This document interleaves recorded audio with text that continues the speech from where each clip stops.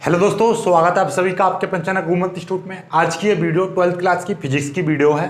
Physics में आपका lesson 8 चल रहा था, तो लेसन 8 के हमने 2 भाग अपलोड कर दिए थे। ये तीसरा भाग है और इस भाग में आज पूरी तरह से चैप्टर खत्म हो जाएगा और ये बहुत ही इंटरेस्टिंग भाग है, क्योंकि आज हम आपको, जैसे कि आपका विद्युत चुंबकीय तरंगें होती हैं, कितने प्रकार की, 7 प्रकार की होती हैं, तो इनका कैसा क्रम है, तरंग दैर्ध्य के आधार पर इनकी सबसे कम तरंग दैर्ध्य किसकी होती है, सबसे ज्यादा किसकी होती है, इनको सभी को याद करवा दूंगा चुटकियों में, ट्रिक से याद करवाऊंगा, एक एक क्रम से याद करवा दूंगा। इनकी खोज किसने करी, इनकी किस सन में खोज हुई, इनके गुण, इनका स्रोत कहाँ से उत्पन्न होती हैं, इनसे हमारे शरीर पर क्या उपयोग किए जाते हैं, यानी इनके उपयोग, इनके गुण, सारा कुछ इनके बारे में करेंगे। विद्युत चुंबकीय तरंगें क्या होती हैं, यानी ओवरऑल जो बचा हुआ आज का जो चैप्टर है, ये समझ लीजिए आपको 3 नंबर दिलाएगा।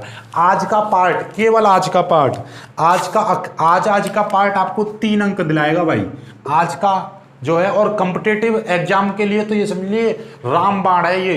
इनमें इन सभी तरंगों की खोज करता, इन सभी तरंगों की सन में खोज हुई, इन सभी तरंगों के स्रोत, इन सभी तरंगों के गुण, इन सभी तरंगों के उपयोग, तो सारा कुछ होने वाला है। तो ये बहुत ही इंटरेस्टिंग वीडियो होने वाली है, तो पूरा देखना, अंत तक देखना, ठीक है। ये 8वें चैप्टर का अंतिम भाग है, यानी कि भाग 3 है, और इसमें ये चैप्टर कंप्लीटली फिनिश हो जाएगा, ठीक है। देखिएगा आज के जो वीडियो है, आज की इस वीडियो में हम बात करेंगे विद्युत चुंबकीय तरंग सिद्धांत के बारे में, विद्युत चुंबकीय तरंगों के बारे में, विद्युत चुंबकीय तरंगों के गुण। फिर आपका ये विद्युत चुंबकीय तरंगें कितने प्रकार की होती हैं, जैसे कि परावैगनिक किरणें, अवरक्त किरणें, दृश्य किरणें, एक्स किरणें, गामा किरणें, ठीक है। इन सभी किरणों के बारे में हम जानेंगे और इनके गुण, भौतिक गुण, कब इनकी खोज हुई, किसने खोज करी, क्या इनका सोर्स है, कहाँ से ये उत्पन्न होती हैं, किस तरह से, तो इनके उपयोग वगैरह सारा कुछ करेंगे। यानी इस वीडियो में कंप्लीटली पूरी तरह से चैप्टर भी खत्म हो जाएगा। कुछ जो ये समझ लीजिए, इसमें आज आपको कॉम्पिटिटिव एग्जाम से रिलेटेड काफ़ी सारे प्रश्न आपको मिलेंगे, जिन्हें आप याद कर लोगे तो कॉम्पिटिटिव एग्जाम में आपके लिए बहुत ज़्यादा यूजफुल रहेंगे। स्टार्ट करते हैं, अंत तक देखना, बिल्कुल भी स्किप मत करना, क्योंकि हर एक पॉइंट आपके लिए इम्पोर्टेंट है। देखिएगा, सबसे पहले तो हम ये समझते हैं मैक्सवेल का तरंग सिद्धांत। विद्युत चुंबकीय तरंग सिद्धांत क्या है, विद्युत चुंबकीय तरंगें कैसे उत्पन्न हुई। देखो, विद्युत चुंबकीय तरंगें बस आपको पता है, आपने पढ़ रखा है, बस थोड़ा सा आपको याद दिलाने की बात है। मेमोराइज में आपको करा दूं थोड़ा सा। आवेश के बारे में मैंने आपको कुछ बातें बताई थी, याद हो तो, पहले चैप्टर में बताए थे, दूसरे में भी बताए थे, और गतिशील आवेश एवं चुंबकीय क्षेत्र उसमें भी बताया था। क्या बताया था आवेश के बारे में, कि आवेश यदि मान लीजिए कोई चार्ज है Q कूलाम, यदि ये स्थिर अवस्था में रहता है, यानी इसकी 3 बातें होती हैं। यदि ये स्थिर अवस्था में है, स्थिर अवस्था में है ये आवेश, तो ये अपने आप में क्या चीज उत्पन्न करता है, वैद्युत क्षेत्र उत्पन्न करता है। क्या उत्पन्न करता है, केवल वैद्युत क्षेत्र, वैद्युत क्षेत्र उत्पन्न करता है। और यदि ये आवेश गतिशील है, गतिशील है, तो ये चुंबकीय क्षेत्र उत्पन्न करता है। विद्युत क्षेत्र के साथ चुंबकीय क्षेत्र भी उत्पन्न करता है। लेकिन गतिशील होने की 2 कंडीशन है। ये गतिशील कितने प्रकार से हो सकता है, गतिशील भी ये 2 प्रकार से होगा।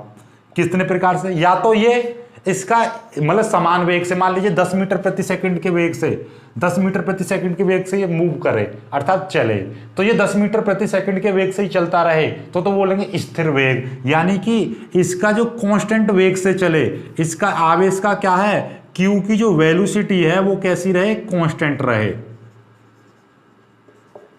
यानी जब ये आवेश स्थिर वेग से गति करता है तो ये वैद्युत क्षेत्र के साथ, यानी कि E और B दोनों, यानी वैद्युत क्षेत्र इलेक्ट्रिक फील्ड के साथ चुंबकीय क्षेत्र भी उत्पन्न करता है। समझ में आ गई बात।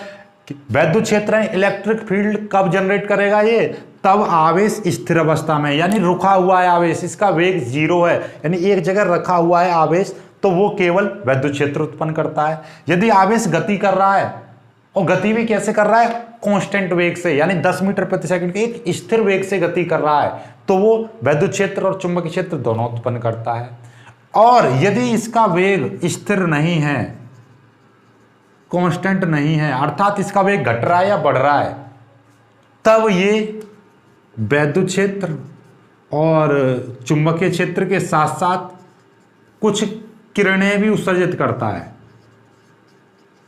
कुछ किरणें भी उत्सर्जित करता है। इन्हीं किरणों को हम विद्युत चुम्बकीय तरंगे कहते हैं। याद हो तो ये बताया था ना कि अपनी यानी विद्युत चुम्बकीय तरंगों के रूप में अपनी ऊर्जा को भी उत्सर्जित करता है, अपनी ऊर्जा को बाहर निकालता है। जब कोई आवेश असमान वेग से गति करता है तो वो विद्युत क्षेत्र और चुंबकीय क्षेत्र उत्पन्न करने के साथ साथ अपनी ऊर्जा को भी तरंगों के रूप में उत्सर्जित करता है, यानी तरंगों के रूप में बाहर निकालने लगता है। तो ये पुरानी बात थी। इसको थोड़ा सा और आगे को और थोड़ा सा इस तरीके से थोड़ी ना लिख देंगे कि जब कोई आवेश गति करता है तो चुंबकीय निकालता है। अब थोड़ा सा और इसको अलग तरीके से लिखेंगे। तो ये सारी बातें आपको पता रहनी चाहिए, हर पॉइंट आपको क्लियर रहना चाहिए कि भाई हर पॉइंट में क्या चीज बात बताई थी। ठीक है, चलिएगा अब यहां से समझिएगा। दो बातें हैं, किसी परिपथ में हम कोई धारा प्रवाहित हो रही है, अर्थात उसमें आवेश जा रहा है, आवेश चल रहा है, तो मतलब क्या है, आवेश यदि चल रहा है उसका, और आवेश भी इस तरह से चल रहा है कि उसका वेग कैसा है, असमान वेग है। आवेश गति कर रहा है तो उसका वेग लगातार बढ़ रहा है, यानी कि उसके वेग में त्वरण उत्पन्न हो रहा है। तब तो इसलिए हम लिखेंगे किसी परिपथ में। अब देखो दो तीन बातें बताऊंगा मैं। किसी परिपथ में प्रवाहित धारा, ठीक है, तीन बातें हैं यहां पर देखिएगा। पहली बात, किसी परिपथ में प्रवाहित धारा, किसी परिपथ में जो धारा फ्लो हो रही है वो उच्च आवृत्ति के साथ बदले। कैसे हो? उच्च आवृत्ति के साथ परिवर्तित हो, उच्च आवृत्ति से परिवर्तित हो। दूसरा है, यदि कोई मतलब वो धारा, किसी परिपथ में धारा बह रही है वो उच्च आवृत्ति से परिवर्तित हो, या कोई आवेश त्वरित गति करे, यानी कोई आवेश त्वरित गति करे। त्वरित गति का मतलब क्या? उसका वेग बढ़ते हुए गति करे। जैसे अभी इस समय 10 मीटर प्रति सेकंड के वेग से चल रहा है, तो अगले ही क्षण उसका 10 से बढ़ जाए, 11 हो जाए, फिर अगले क्षण और बढ़ जाए। मतलब क्या है कि उसका लगातार वेग बढ़ना चाहिए। या एक और चीज, या किसी परिपथ में उच्च आवृत्ति के दोलन हो।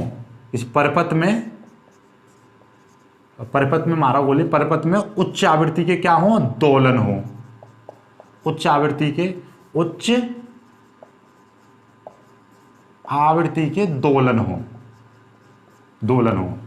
ठीक है, तो ये तीन बातें हैं। जब किसी परिपथ में प्रवाहित धारा के मान में हम यदि किसी परिपथ में प्रवाहित धारा उच्च आवृत्ति से चेंज हो रही हो, यानी उच्च आवृत्ति से परिवर्तित हो रही हो, या आवेश त्वरित गति कर रहा हो, या किसी परिपथ में आवेश त्वरित गति कर रहा हो, या किसी परिपथ में उच्च आवृत्ति के दोलन हो रहे हों, तब उस परिपथ की ऊर्जा तरंगों के रूप में उत्सर्जित होती है। तब उस परिपथ की ऊर्जा या उस आवेश की ऊर्जा तरंगों के रूप में उत्सर्जित होने लगती है। इन्हीं तरंगों को हम विद्युत चुम्बकीय तरंगे कहते हैं, और इन तरंगों के चलने के लिए किसी माध्यम की आवश्यकता नहीं होती है। इन तरंगों के चलने के लिए किसी माध्यम की आवश्यकता, और मेरे साथ बोलेगा तो बिल्कुल याद हो जाएगी। जब किसी परिपथ में प्रवाहित धारा उच्च आवृत्ति से चेंज हो रही हो, या कोई आवेश त्वरित गति कर रहा हो,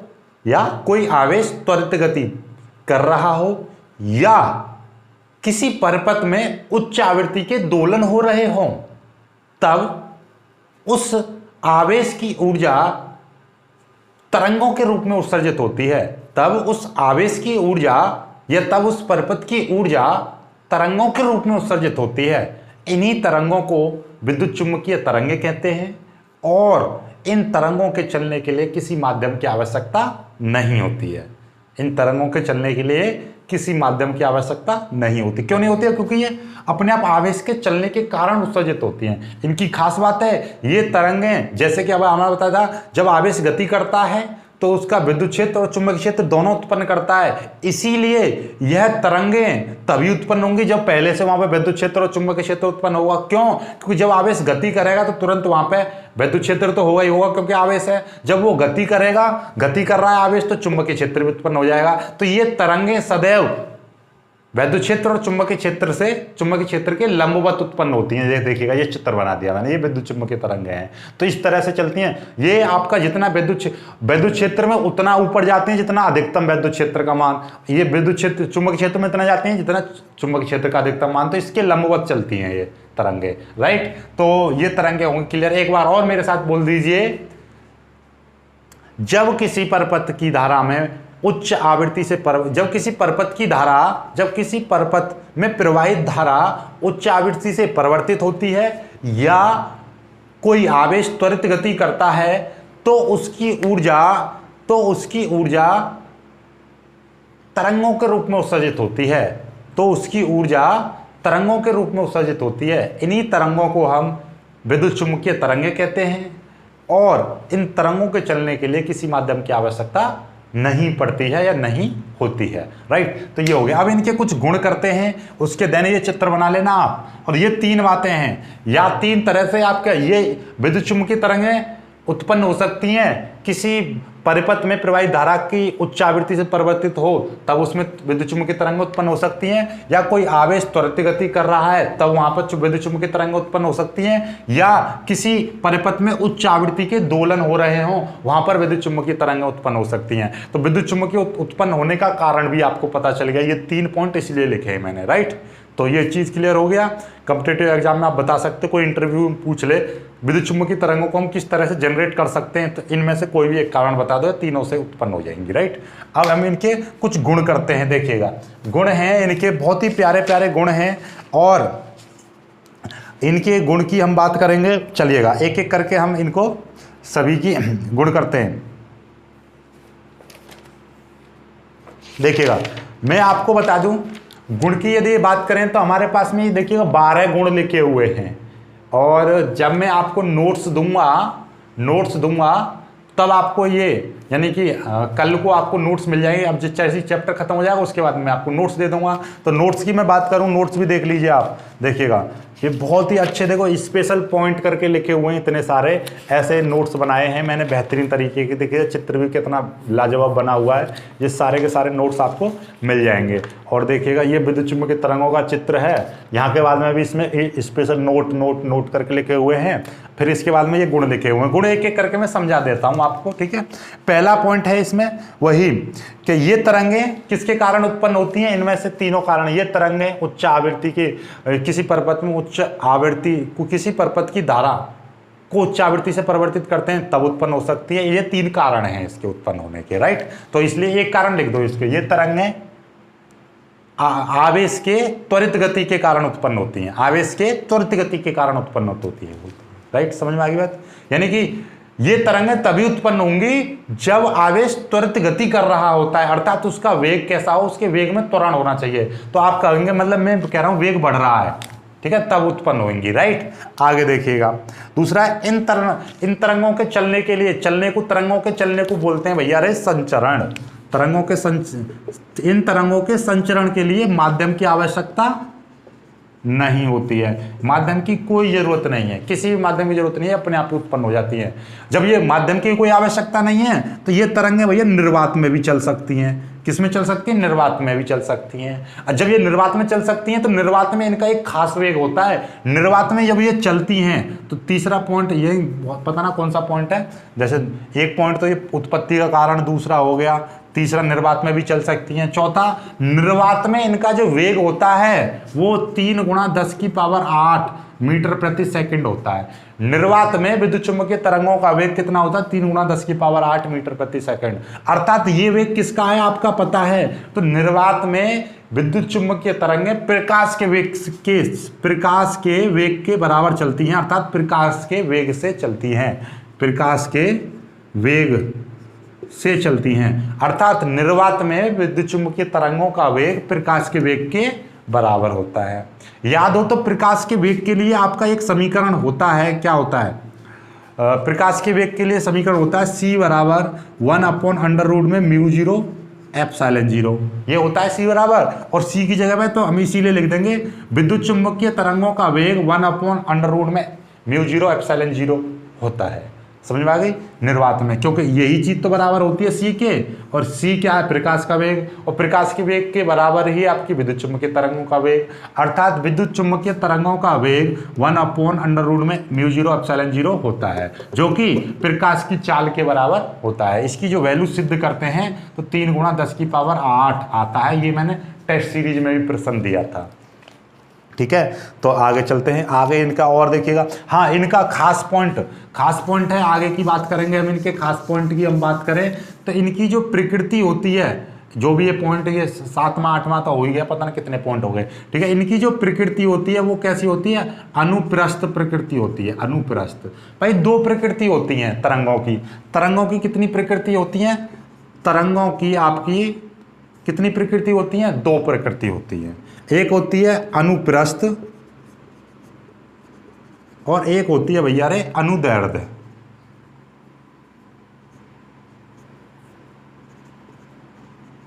अनुदैर्ध्य तरंग है। तो 2 तरह की तरंगें देखिएगा, आपको मैं दिखाऊं, एक रस्सी बांधूं, रस्सी, और रस्सी को आप यहां पे ऐसे करके झटक दो तो ऐसे करके, ये रस्सी है और रस्सी को एकदम ऐसे छोड़ दो तो ये इस तरह का ऐसे चलेगी, है ना। इसको एक तरफ ऐसे करके झटक दो उसको तो वो इस तरीके से चलेगी। तो ये तो है अनुप्रस्थ तरंगें, क्योंकि इसमें इस तरीके से आप चलता है तो वो अनुप्रस्थ तरंगें होती हैं जिस तरह से। एक होती है स्प्रिंग लटकी हुई है, स्प्रिंग समझ लीजिए, ठीक है, तो इसको आप दबा के छोड़ दो तो ये इस तरह से, यानी कि एक बार क्या होगा, इस तरह से गति, यानी एक जगह पास आ जाएगी, फिर थोड़ा सा चौड़ा हो जाएगा, फिर ये बहुत पास आ जाएगी, मतलब इस तरह से गति करेगी, यानी कि इसको संपीड़न है, एकदम पास आना फिर जाना, फिर आस आना फिर जाना। ठीक है, तो ये होता है आपका, इसका क्या बोलते हैं उसका, ये विरलन और संपीड़न में चलती हैं ये। ठीक है, तो इस तरह से चलती हैं, यानी कि जब ऐसा समझो, सपोज कल्पना करो, ऐसे करो कि आपने एक वो स्प्रिंग है, स्प्रिंग पर आपने वजन लटका रखा है हल्का, और उसको आपने ऐसे दबा के छोड़ दिया तो वो इस तरीके से होती हैं स्प्रिंग, और ये इस तरीके से चलती है। तो ये होती हैं आपकी जिसके चलने के कंपन, ये कैसे चलेगी, ये इस तरीके से चलेगी, पास आएंगे फिर बढ़ ज़्यादा, मतलब ये इस तरह से इसके कंपन होते हैं, इस तरह से, यानी कि ऐसे, मतलब ये इस तरीके से चलेंगी तरंगें। तो मतलब क्या है, जिसमें तरंगों के कंपन तरंग के चलने के समांतर होते हैं, अर्थात तरंग तो इधर चल रही है और कंपन भी ऐसे हो रहे हैं, ऐसे करके आगे बढ़ रही है तरंग, तो वो बोलते हैं हमको उसको अनुदैर्ध्य तरंग। और जिसके कंपन, यानी चल तो ऐसे रही है तरंग, लेकिन ये कंपन कैसे कर रहे हैं, ऐसे करके चल रही है, ऊपर नीचे कंपन हो रहे हैं, ऊपर नीचे, अर्थात तरंग के संचरण की दिशा के लंबवत कंपन होते हैं, उस तरंग को हम बोलते हैं अनुप्रस्थ तरंग। क्या, अनुप्रस्थ। तो ये अनुप्रस्थ प्रकृति की होती हैं तरंगें। अनुप्रस्थ समझ में आ गया, कोई इस तरीके से, 2 तरीके से चलती है, कोई ऐसे चलेगी और एक स्प्रिंग की तरह चलेगी ऐसे करके, फिर थोड़ा सा बढ़ जाएगी आगे ऐसे करके बड़े में, फिर ये बिल्कुल पास आ जाएगी, फिर बड़े में चलेगी, इस तरीके से, राइट। तो दोनों समझ में आ गया, अनुप्रस्थ क्या होता है, अनुदैर्ध्य क्या होता है। तो आपको विद्युत चुम्बकीय तरंगें किस प्रकृति की होती हैं भाई, आपको दिखाई दे रहा है, यहाँ पे भी चित्र दिखाई दे रहा है, ये किस तरीके की हैं, अनुप्रस्थ। इनकी प्रकृति कैसी होती है, अनुप्रस्थ प्रकृति की होती है, राइट। आगे देखिएगा, इन तरंगों का मान, और ये आपको पता ही है अनुप्रस्थ प्रकृति की हैं, और ये तरंगें वैद्युत क्षेत्र और चुंबकीय क्षेत्र के लंबवत चलती हैं, और है इन तरंगों का मान वैद्युत क्षेत्र और चुंबकीय क्षेत्र के साथ साथ शून्य और अधिकतम होता है। यानी देखिएगा, वैद्युत क्षेत्र अधिकतम हो रहा है तो इन तरंगों का मान भी अधिकतम, जैसे जैसे वैद्युत क्षेत्र कम होता जाएगा वैसे इस तरंग का मान भी कम हो जाएगा। तो मतलब क्या है, वैद्युत क्षेत्र और चुंबकीय क्षेत्र के अधिकतम होने पर इन तरंगों का मान भी अधिकतम होगा, और यदि वैद्युत क्षेत्र का मान कम हो जाएगा तो यहाँ पर इन तरंगों का मान भी शून्य हो जाता है, राइट। ये तो इन तरंगों का जो मान है वैद्युत क्षेत्र और चुंबकीय क्षेत्र पर निर्भर करता है, ओवरऑल बात यह है, ठीक है। अब बात आती है एक चीज, निर्वात में E0/B0 बराबर C होता है। सिंपल सी बात है, जब इनका वेग किसके बराबर है, C, प्रकाश की चाल के बराबर है, तो ये हो गया। ऊपर की चाल यानी विद्युत क्षेत्र, अधिकतम विद्युत क्षेत्र और अधिकतम चुंबकीय क्षेत्र का अनुपात किसके बराबर होता है, चुंबकीय क्षेत्र के बराबर होता है। ये इनका गुण है, ये याद करना है आपको, ठीक है। आगे देखिएगा, आगे की हम बात करेंगे। ये 2 पॉइंट बहुत ज़्यादा इंपॉर्टेंट हैं, इससे न्यूमेरिकल्स निकलते हैं। आगे के जो पॉइंट हैं ये पता ना, ये पॉइंट है, पॉइंट नंबर है एक 10 और पॉइंट नंबर है ये 11 और 12, पॉइंट नंबर 11 और 12 है, ठीक है। 12 पॉइंट थे, 12 पॉइंट तक आप पढ़ चुके हो अब तक, ठीक है। देखिएगा, इनका है कि निर्वात में औसत विद्युत ऊर्जा घनत्व, निर्वात में इन तरंगों का औसत विद्युत ऊर्जा घनत्व, विद्युत ऊर्जा घनत्व इनका कितना होता है, ये चीज लिख लेना आप। औसत विद्युत ऊर्जा घनत्व ये तुम्हें पता होनी चाहिए कितना होता है, 1/2 चुंबकीय क्षेत्र, औसत चुंबकीय क्षेत्र की ऊर्जा का घनत्व, चुंबकीय ऊर्जा घनत्व, औसत विद्युत ऊर्जा, और यह है चुंबकीय 1/2 V0 का स्क्वायर बट्टे μ0, ये है आपका, ठीक है। यहां पे आप E0 लिख देना, अधिकतम विद्युत क्षेत्र का स्क्वायर, ठीक है। क्लियर है बात, तो ये हो जाएगा आपका। ये यहां पर एनर्जी नहीं, सॉरी, E0 क्या है, विद्युत क्षेत्र का अधिकतम मान, इस विद्युत क्षेत्र का अधिकतम मान है ये, राइट। तो ये आपको याद होगा जब हमने संधारित्र वाले में कराया था 1/2 E0 और E² आया था, वहां पे संधारित्र विद्युत क्षेत्र की तीव्रता आई थी, E बराबर विद्युत क्षेत्र की तीव्रता थी संधारित्र में। भाई संधारित्र के लिए क्या आया था, ऊर्जा घनत्व सिद्ध कीजिए कि ऊर्जा घनत्व, यानी कि सिद्ध कीजिए कि संधारित्र का ऊर्जा घनत्व कितना होता है, ऊर्जा घनत्व की जो ऊर्जा होती है वो कितनी होती है, E बराबर, ये प्रूफ करवाई थी हमने, ठीक है। तो संधारित्र की एकांक आयतन की ऊर्जा, और एकांक आयतन की ऊर्जा को ऊर्जा घनत्व कहते थे। तो ऊर्जा घनत्व इतना होता है, जिसको हमने स्मॉल यू से प्रदर्शित किया था। संधारित्र वाले चैप्टर में हमने कराया था, डेरिवेशन रिवीजन में भी कराया था कि संधारित्र के प्रति एकांक ऊर्जा, प्रति एकांक आयतन में ऊर्जा U बराबर 1/2 ε0 E² होती है, जहां पर E क्या थी, विद्युत क्षेत्र की तीव्रता थी। यहां पर भी ये विद्युत क्षेत्र की ही तीव्रता है, लेकिन विद्युत क्षेत्र का अधिकतम मान लिया है ये, यहां पर ये चुंबकीय क्षेत्र का मान है, राइट। तो ये है आपके, बाकी कुछ नहीं। और अब आ जाते हैं अपने नेक्स्ट टॉपिक, विद्युत चुंबकीय स्पेक्ट्रम पर। स्पेक्ट्रम पढ़ेंगे। स्पेक्ट्रम का मतलब क्या होता था, याद है, वर्ण विक्षेपण पढ़ा था 10वीं क्लास में, विबग्योर, याद हो तो। जब श्वेत प्रकाश किसी प्रिज्म से होकर गुजरता है तो वह 7 रंगों में विभक्त हो जाता है। रंगों के इस समूह को स्पेक्ट्रम कहते हैं। याद आई बात कुछ, जिसका कलर क्या होता है, इस तरीके से विबग्योर के नाम से जानते हैं, violet, indigo, blue, green, yellow, orange और रेड, इस तरीके से था, याद हो तो। बाकी अभी हम पढ़ाएंगे जब लाइट स्टार्ट करेंगे, इस चैप्टर के बाद में तुरंत लाइट स्टार्ट होगी, उसमें पढ़ोगे। लेकिन मुझे इससे मतलब नहीं है, मुझे ये सिखाना कि स्पेक्ट्रम का मतलब क्या होता है। स्पेक्ट्रम का मतलब होता है, स्पेक्ट्रम का मतलब होता है सीधे सीधे किरण। क्या है स्पेक्ट्रम का मतलब, क्या है, किरण। तो विद्युत चुंबकीय किरण, विद्युत चुंबकीय किरण का मतलब क्या है, विद्युत चुंबकीय तरंगों का किरण। और किसके आधार पर, विद्युत चुंबकीय तरंग की कोई ना कोई एक तरंग दैर्ध्य होती है। किसके आधार पर, तरंग दैर्ध्य, तरंग दैर्ध्य। तो विद्युत तरंग दैर्ध्य के आधार पर विद्युत चुंबकीय तरंगों का एक व्यवस्थित क्रम, एक सुव्यवस्थित क्रम को ही हम विद्युत चुंबकीय स्पेक्ट्रम कहते हैं।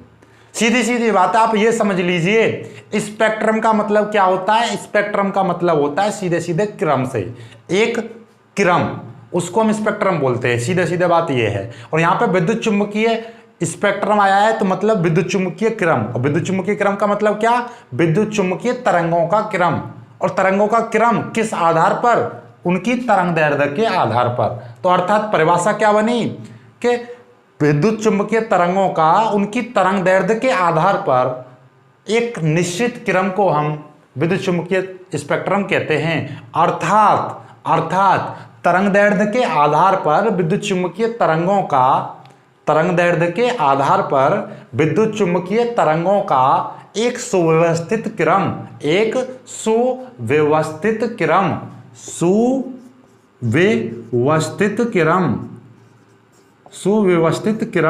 को ही हम क्या कहते हैं, विद्युत चुम्बकीय स्पेक्ट्रम कहते हैं। स्पेक्ट्रम का मतलब ही क्या है, क्रम।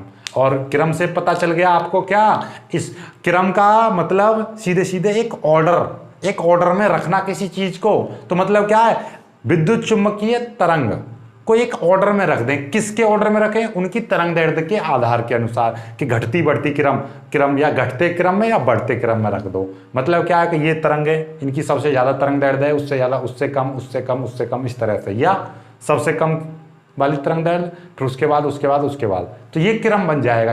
एक सुव्यवस्थित क्रम का ही मतलब क्या है, सुव्यवस्थित का मतलब इस एक बार और मैं आपको क्लियर करा दूं इसकी परिभाषा को, क्या है एक बार फिर से भाई। स्पेक्ट्रम का मतलब होता है सीधे स्पेक्ट्रम का मतलब होता है क्रम से किसी चीज का ऑर्डर, किसी चीज को एक ऑर्डर में या सीक्वेंस में लगाना। सीक्वेंस मतलब क्या, या तो किसी चीज को घटते क्रम में लगा दें या किसी को बढ़ते क्रम में लगा दें, अर्थात यानी किसी चीज को हम एक ऑर्डर में रख दें। तो वही चीज है कि तरंगदैर्ध्य के आधार पर विद्युत चुम्बकीय तरंगों का एक सुव्यवस्थित क्रम को ही विद्युत चुम्बकीय स्पेक्ट्रम कहते हैं। अब विद्युत चुम्बकीय स्पेक्ट्रम का मतलब क्या, तरंगदैर्ध्य यानी घटते या बढ़ते क्रम में। तो सिंपल सी गमारू भाषा में याद कर लो कि विद्युत चुम्बकीय तरंगों को उनकी तरंगदैर्ध्य के अनुसार घटते या बढ़ते क्रम में रख देने से एक क्रम बन जाता है, जिसको हम विद्युत चुम्बकीय स्पेक्ट्रम कहते हैं। राइट, ऐसे बोल दीजिए, आपको चुटकियों में हो जाएगा याद। अब इनका क्रम देखिएगा, बहुत सारी विद्युत चुम्बकीय तरंगें होती हैं। अब देखिएगा मैं आपको बता दूं कितनी होती है विद्युत चुम्बकीय तरंगें, कितनी होती हैं विद्युत चुम्बकीय तरंगें, 7 होती हैं आपकी। कौन कौन सी होती हैं देखिएगा, एक होती है गामा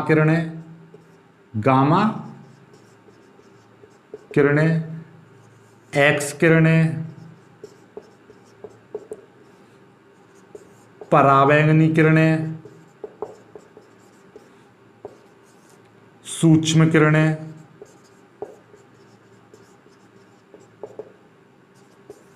दृश्य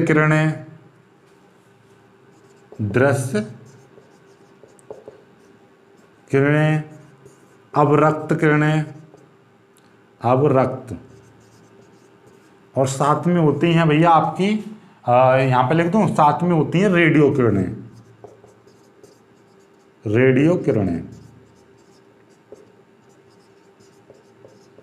ये 7 किरणें होती हैं। अब इनको आपको याद करना है एक क्रम में, इनको याद करना है। सीखते हैं विद्युत चुम्बकीय तरंगों का क्रम, अर्थात इनके क्रम को हम इनको क्रम में किस तरह से याद कर सकते हैं। सबसे कम तरंगदैर्ध्य किसकी होती है, उससे ज्यादा किसकी होती है, उससे ज्यादा किसकी होती है, तो इनको एक ट्रिक से याद करेंगे। तो ये सभी की सभी क्या हैं, गामा किरणें, एक्स किरणें, परावैंगनी किरणें, सूक्ष्म किरणें, दृश्य किरणें, अवरक्त किरणें, रेडियो किरणें, ये सभी किरणें आपकी विद्युत चुम्बकीय तरंगें कहलाती हैं। और ये विद्युत चुम्बकीय तरंगों का क्रम किस तरह से हम याद कर सकते हैं, इनको देखिएगा। मैं इनको एक छोटी सी ट्रिक बता रहा हूँ। ट्रिक ये है, ऐसा समझिएगा कि भाई बुढ़े बाबा थे, एक गांव में बुढ़े बाबा थे और उनके बच्चे बहुत ज़्यादा परेशान करते थे। और बेचारे बुढ़े इंसानों का क्या रहता है, उनको देखने की जो क्षमता होती है उनकी कम हो जाती है। लेकिन देखने की क्षमता कम होती है, बोलने की क्षमता कम नहीं होती है। बोल तो सब कुछ देते हैं। इसीलिए एक बच्चा बोल रहा था, भाई इन बाबा से संभल के रहियो। अब ये बाबा टीवी ना देख पाते हैं, केवल रेडियो सुनते हैं। तो चलिएगा अब ट्रिक बनाते हैं भाई, अब ट्रिक बनाते हैं। ये थोड़ा सा मिटा दिया है मैंने यहाँ से, अब देखिएगा। तो ट्रिक कैसे बनेगी, ट्रिक वही अभी क्या बताई थी, बाबा को क्या परेशान करते हैं, बाबा को बच्चे परेशान करते हैं। तो एक बच्चा बोल रहा था, बाबा रेडियो सुने अब, बाबा रेडियो सुने अब। क्यों सुने अब रेडियो, क्योंकि उन्हें दिखाई ना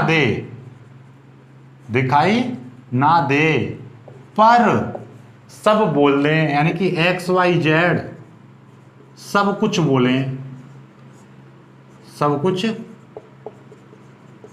ये बन गई ट्रिक। बाबा रेडियो सुने अब क्योंकि दिखाई ना दे, पर सब कुछ बोल दें, XYZ सब कुछ बोल दें। एक बार फिर से, बाबा रेडियो सुने, बाबा रेडियो सुने अब, बाबा रेडियो सुने अब, दिखाई ना दे पर सब कुछ बोल दें। अब सब कुछ का मतलब XYZ सब कुछ बोल दें। अब देखिएगा इनके ट्रिक से बनेंगे। रेडियो से क्या बनेंगे बेटा रे, रेडियो तरंगें, यानी कि रेडियो किरणें, ठीक है, रेडियो वेव्स, रेडियो रेज। सुने का मतलब, सू का मतलब क्या है, सूक्ष्म किरणें। सूक्ष्म किरणें का मतलब समझ रहे हो, सूक्ष्म किरणें उन्हें बोलते हैं आप, सूक्ष्म किरणों का मतलब क्या है, माइक्रोवेव्स, ठीक है। अब का मतलब क्या है, अवरक्त किरणें, अवरक्त किरणें। दिखाई का मतलब क्या है, दृश्य किरणें। और ना दे पर से मतलब क्या है, पराबैंगनी किरणें, ठीक है, मिटा दूं इनको। और ये हैं आपके एक्स से मतलब क्या है, एक्स किरणें, और वाई से मतलब क्या है, गामा किरणें।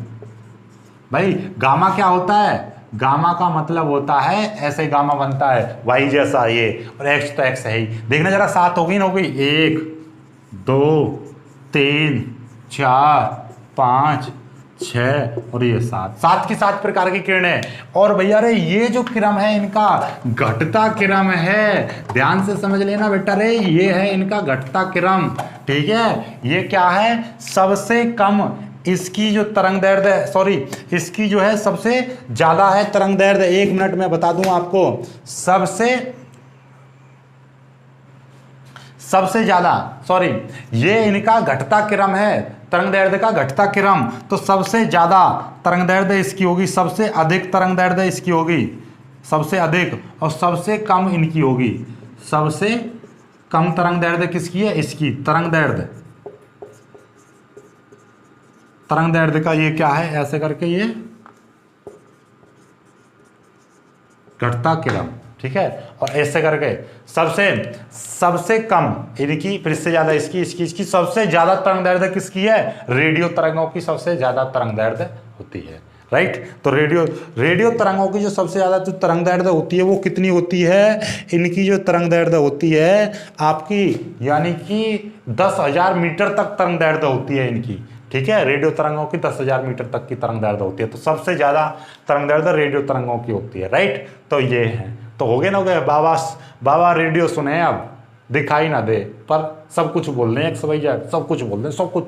तो रेडियो का मतलब रेडियो तरंगें, सुने का मतलब सूक्ष्म किरणें, अब का मतलब अवरक्त किरणें, दिखाई का मतलब दृश्य किरणें, पर का मतलब पराबैंगनी किरणें, एक्स का मतलब एक्स किरणें, वाई का मतलब गामा किरणें। ये मैं लिखते लिखते अपने आप ही दिमाग में मैंने बनाई ट्रिक, ये कहीं पे इंटरनेट पे नहीं मिलेगी, तो आज ही बनाई है, ये मनोज सर ने बनाई है ट्रिक, कोई मतलब कहीं पे, ठीक है, नहीं मिल सकती है, गारंटी से है। तो आई होप कि आपको ये सब कुछ समझ में आ गया होगा। अब बात करते हैं इनकी, देखिएगा इन तरंगों के बारे में, सभी के बारे में देखिएगा। गामा किरणें पहले आविष्कारक अर्थात खोजकर्ता, इनकी सन भी लिख रही है, आवृत्ति स्रोत वगैरह स्रोत, तो इनके सभी के बारे में लिख रखा है, ठीक है। तो एक एक करके मैं सभी का बता दूंगा, आपको यहाँ पर दिखाई दे रहा होगा, देखिएगा। गामा किरणें दिखाई दे रहा, गामा किरणों के जो खोजकर्ता हैं बेकरल, इनको बेकुरल भी बोलते हैं, बेकुरल तथा क्यूरी। और 1896 में इसकी खोज की थी, और इनको नोबेल पुरस्कार भी मिला था इसी पर। और आवृत्ति इनकी होती है 3 × 10⁻22 से लेकर 3 × 10⁻18 हर्ट्ज इनकी आवृत्ति है। और तरंग दैर्ध्य इनकी 10⁻−14 से लेकर 10⁻−10 मीटर तक की इनकी तरंग दैर्ध्य होती है। इनका जो स्रोत है कहाँ से उत्पन्न होती हैं, परमाणु के विघटन से उत्पन्न होती हैं। और इनका जो गुण है, फोटोग्राफिक प्लेट को ये बहुत ज़्यादा काला कर देती हैं, और इन पर कोई आवेश नहीं होता है। ये इनकी जो वेदन क्षमता उच्च होती है, प्रतिदीप्ति, स्फुरदीप्ति, आयनीकरण, विवर्तन जैसे गुणों की ये व्याख्या करते हैं, राइट। उपयोग कैंसर के इलाज में इसका उपयोग होता है, परमाणु के नाभिक की संरचना में इसका उपयोग होता है। क्लियर हो गए। तो इस तरह से याद कर लेना है। 2-3 पॉइंट ज़्यादा इंपॉर्टेंट है इसकी, क्या इनकी आवृत्ति का परास, आवृत्ति और इनका तरंग दैर्ध्य और इनकी खोजकर्ता, बस 3 चीज़ें याद कर लीजिए। और कॉम्पिटिटिव एग्जाम के लिए सन भी याद कर लोगे तो और ज़्यादा बेटर रहेगा। गुण को मान लेना बोली। दूसरे की बात करते हैं एक्स किरणें। एक्स किरणों की जो खोज करी थी वो रोंजन ने की थी 1895 में। इनकी आवृत्ति होती है 3 × 10⁻19 से लेकर 1 × 10⁻16। तो ये इनका क्या है देखिएगा, जैसे कि इनकी जो आवृत्ति का यदि हमें बात कर रहे हैं, इनकी आवृत्ति जैसे कि इनके तरंग दैर्ध्य की बात करें हम 10⁻14 से लेकर इनका होता है 10⁻10 मीटर तक, ठीक है। और इनकी आवृत्ति जो होती है 3 × 10⁻22 से लेकर इनका प्रयास है इतने आवृत्ति तक की जो तरंगें होती हैं उनको क्या कहते हैं हम 3 × 10⁻22 से लेकर 3 × 10⁻18 तक 18 हर्ट्ज तक की जो आवृत्ति है वो रेडियो तरंगें कहलाती हैं। 10⁻14 से 10⁻10 मीटर तक की जो तरंगें हैं वो रेडियो तरंगें कहलाती हैं। मतलब इनकी आवृत्ति है इस परास के अंदर, ठीक है। तो इसी तरीके से हैं। बाकी आपकी एक्स किरणों के दिखाई दे रहे होंगे। और बात करते हैं परावैंगनी किरणें। परावैंगनी रिटर 1801 में, तो ये इनके हैं सूर्य, इनका सूर्य से मुख्य रूप से आती हैं परावैंगनी किरणें। और परावैंगनी किरणों के बारे में हमने बताया था, जो ओजोन परत है वो सूर्य से आने वाली हानिकारक किरणें होती हैं परावैंगनी किरणें। और परावैंगनी किरणें यदि जमीन पर आ जाएं तो ये हमारे त्वचा का कैंसर उत्पन्न कर देती हैं, राइट। तो इनकी आवृत्ति तरंग दैर्ध्य इनकी होती है 10⁻8 से 3 × 10⁸ मीटर तक, ठीक है। तो ये दृश्य प्रकाश, दृश्य प्रकाश का मतलब क्या है, ये सूर्य का प्रकाश जो होता है ना, ये दृश्य प्रकाश की बात चल रही है ये। तो इसमें कितने कलर होते हैं, दृश्य प्रकाश की हम बात करें तो इसमें ये 7 कलर होते हैं, VIBGYOR, विवग्योर, ठीक है। ये है दृश्य प्रकाश जिसमें 7 कलर होते हैं, ठीक है। वो ये दृश्य प्रकाश जो हम देखते हैं। तो ये इसकी खोज किसने की थी, न्यूटन ने की थी 1666 में। आवृत्ति 8 × 10⁻14 से 4 × 10⁻14 हर्ट्ज। इसकी तरंग दैर्ध्य 4 × 10⁻7 से 8 × 10⁻7, ठीक है। ये है आयनीकरण गैसें, परावर्तन, अपवर्त, ध्रुवण, ये सारा कुछ आपने 10वीं में पढ़ा था, वही चीज़ है। तो ऐसे करके इनके उपयोग वगैरह हैं। अवरक्त किरणें हैं, तो ये सभी तुमको याद कर लेना, इसमें कुछ ज़्यादा हो नहीं। ये कम्पिटिटिव एग्जाम के लिए मैं पॉइंट बना दिए हैं, रेडियो तरंगें वगैरह वगैरह। तो ये तो इनमें मैं आपको बता दूं, एक दृश्य तरंगों का याद कर लेना, एक रेडियो तरंगों का याद कर लेना, एक आपका एक्स किरणों का याद कर लेना, ये ज़्यादा इंपॉर्टेंट है। बाकी को आप छोड़ सकते हो, कोई दिक्कत नहीं है, पर इनको जरूर याद कर लेना अच्छी तरह से, राइट। तो ये चैप्टर में कोई पढ़ाता भी नहीं है, मैंने अच्छी तरह से आपको एक्स्ट्रा नॉलेज के लिए बता दी है बातें। तो आई होप का आप समझ पाए हो तो वीडियो को लाइक करना, अपने दोस्तों के साथ शेयर करना, और जिन लोगों ने अभी तक हमारे चैनल को सब्सक्राइब नहीं किया तो वो चैनल को सब्सक्राइब जरूर कर लेना। मिलते हैं खूबसूरत सी वीडियो में, तब तक के लिए बाय बाय, जय।